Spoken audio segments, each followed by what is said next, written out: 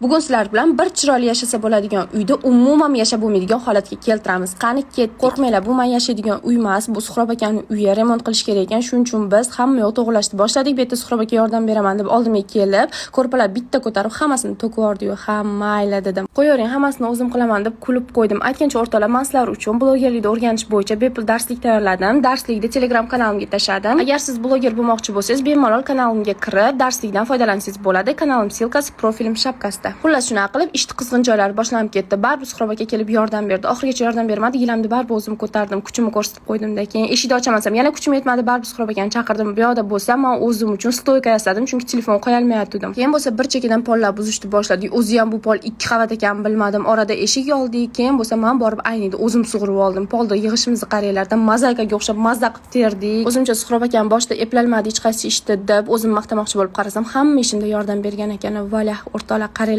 qanaqa holatdan qanaqa holatga keltirib qo'ydik. Orada oshxonani ham buzganmiz, lekin videoga olish esimdan chiqib qolgan, lekin juda ham charchadim. Kim menga o'xshab uy buzib ko'rgan bo'lsa, kommentariyada yozib ketinglar, fikringlar kutib qolaman.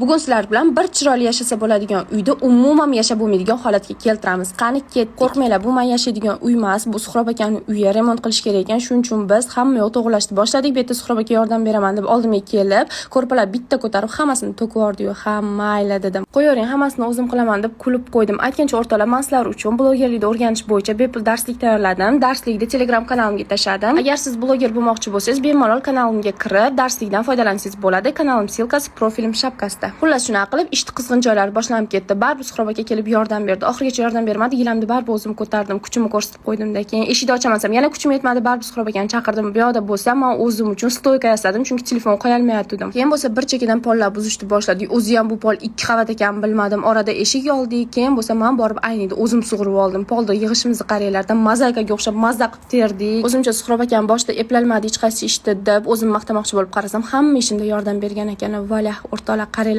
qanaqa holatdan qanaqa holatga keltirib qo'ydik. Orada oshxonani ham buzganmiz, lekin videoga olish esimdan chiqib qolgan, lekin juda ham charchadim.